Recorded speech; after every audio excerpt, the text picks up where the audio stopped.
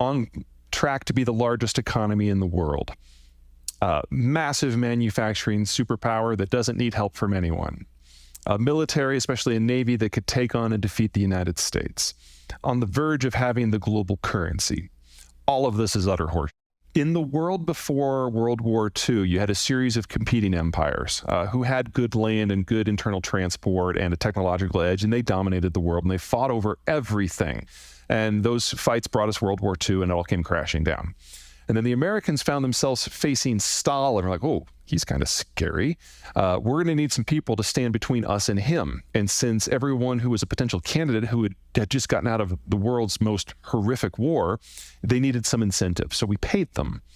We used our Navy, the only Navy of size to survive the war, to patrol the global ocean so that anyone could trade with anyone else and access any commodity in any market at any time. In exchange, you had to side with us against the Soviets. And that created NATO and the Japanese and the Korean and the Taiwanese alliance. And ultimately, by the time we got to 1980, it involved China as well. That political and security deal is globalization. And the Americans have been backing away from that now since 1992. So the fact that the Americans saw it as a security deal, everyone else saw it as an economic deal. The Americans never invested their economy. Everyone else did. You can see where I'm going here. Without that sort of security overwatch, none of the rest of it works. That's only piece one, though. Piece two is when everyone started trading, they started specializing. And when we were all living under an imperial system, most of us were farmers and kids were free labor, and you would have as many as you could, plus one, because that's how you found out you had too many. But when the world started to urbanize and industrialize, we started taking manufacturing and services jobs, and none of those were on the farm, they were in town.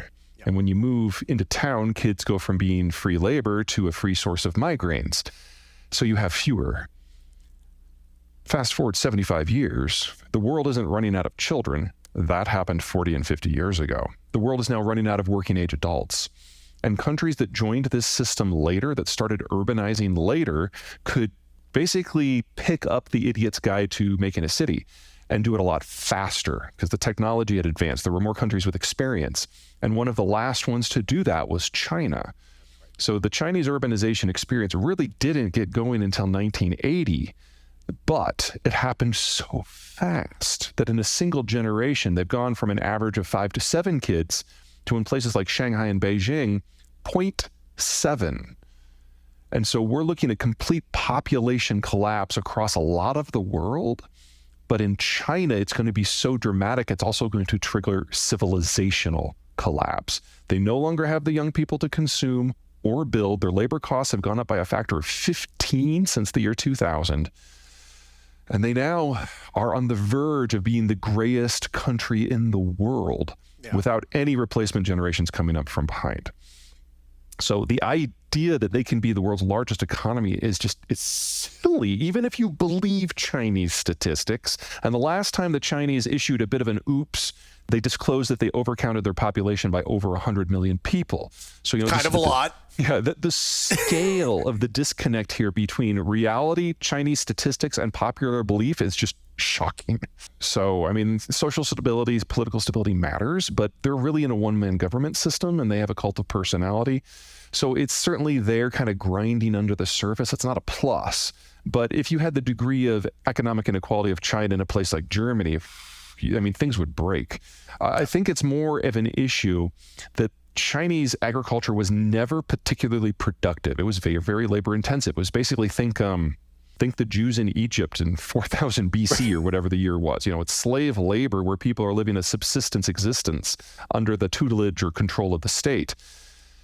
You can only go one way out of that because there was so much labor. It was actually pretty productive per hectare. But now that everybody's moved into a city and everyone's been in a city for 20 years, they've forgotten how to farm like that. They can't go back. And the type of agriculture that the Chinese need to grow their food in the areas they need to grow it can't be mechanized very easily. So we're looking at a population collapse and a food collapse. At the same time, we're likely to see a manufacturing collapse and a political collapse. I mean, there's a long list of bullets that are in the magazine that is in the gun that's pointed at China's head right now. Oh no, it's been a progressive thing. So when Deng Xiaoping took over after the death of Mao, he had a collegiate cooperative group, a really large political elite that ran the country, because he never wanted to see it return to the one-man state of Mao and the horrors of the Great Leap Forward and the Cultural Revolution that killed, tens of millions of Chinese and set them back 50 years. He wanted to do something different. And so he set the stage for the China we know today, which is the industrial power. And he gave way to a pair of guys, Jiang Zemin and Hu Jintao, who represented different factions. And each of them ran the country for 10 years, and they were chosen by Deng while Deng was still alive. So Hu knew he was going to start in this year and finish in this year, and he knew that 15 years before he got the job. And that has worked reasonably well for them. But Deng realized he couldn't see forever. So he knew that by the time they got to the next guy, he wasn't going to be able to choose that person. So he assigned the Zhang faction and the Hu faction to come together and pick jointly someone new. And that is Xi Jinping, the current guy. So Xi Jinping, originally, it was thought that he was going to be in the middle of a tug of war between these two big factions. He spent the first 5 years of his presidency destroying those two factions. And he spent the next 5 years of his presidency destroying any other pole of independent power within the country, whether it was in business, local government, or the bureaucracy. And he basically took anyone in the country with intelligence and the capacity of forming an independent thought and exiled them, imprisoned them, intimidated them to silence, or just shot them. And there's now no one left. It's just Xi. And so no one wants to bring him information because you might get shot for that. Seems you don't bad. know the status of the conversation of the voices in his head.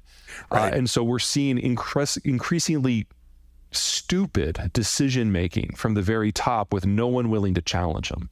This is how you get that spy balloon, which is the dumbest thing I've seen a government do in 20 years. And if you think of the last 20 years, there's been a lot of dumb. That's right. This is how you get people disinfecting airport runways because they think that's what the leader wants. And we're seeing this in finance and in agriculture and manufacturing and in subsidies and across the governance space. Now, when you decide, you're threatening Taiwan, saying we're going to integrate it forcibly if necessary, this does get popular support. People like the idea of one China because, the Chinese are right throughout their history. When it hasn't all been in one piece, it's been a freaking disaster. And so there could be something to it, but I don't think so. So when you decide you're going to invade a country, you don't just wake up and pull the trigger. You build your military with that goal in mind. And that means for years, sometimes for decades, you have to make certain assumptions about how you think the war is going to unfold. And what the Russians have provided for the Chinese is proof that the Chinese chose wrong on everything. Yep. So assumption number one, it's going to be an easy fight. Not as easy as invading Ukraine, because you can walk to Kiev, you have to swim to Taipei. But still easy. Well, clearly it wasn't all that easy. Number two, Russian weapons are awesome. So let's steal all their IP, just like we do for everything else, and spend $3 trillion manufacturing clones of those weapons for our crews. Well, they're having some serious buyer's remorse, or I guess it would be thieves' remorse. Just remorse. Yeah, just remorse. Third, Russia's too important. We are too important. So if there is a war, everyone will just suck it up and make do. Oops. But I think what has really terrified the Chinese government is the boycotts, because the sanctions hurt. There's no way around that. But the boycotts hurt a lot more, at least a factor of 4 more. And you had companies that had sunk in excess of $20 billion into Russia that just walked away. And the Chinese don't even have a concept for the idea of corporate or citizen agency, much less an understanding of what they would do if they lost access to foreign corporations, technology, and markets. That's an entire development model. So every guess they've made, they've guessed wrong. And they would be suicidal for them to now act, because they also don't control the high seas. So they'd also lose all their manufacturers' exports, all their raw commodities imports, and all their energy. So best case scenario, where they capture Taiwan without firing a shot, they still deindustrialize and have a famine in under a year. This is not a winning scenario here. Even the winning scenarios are awful. Yeah. And so it's entirely possible that Xi will pull the trigger, or some overenthusiastic idiot bureaucrat will pull the trigger, not realizing the damage he's about to cause and cause the downfall of China as an industrial power.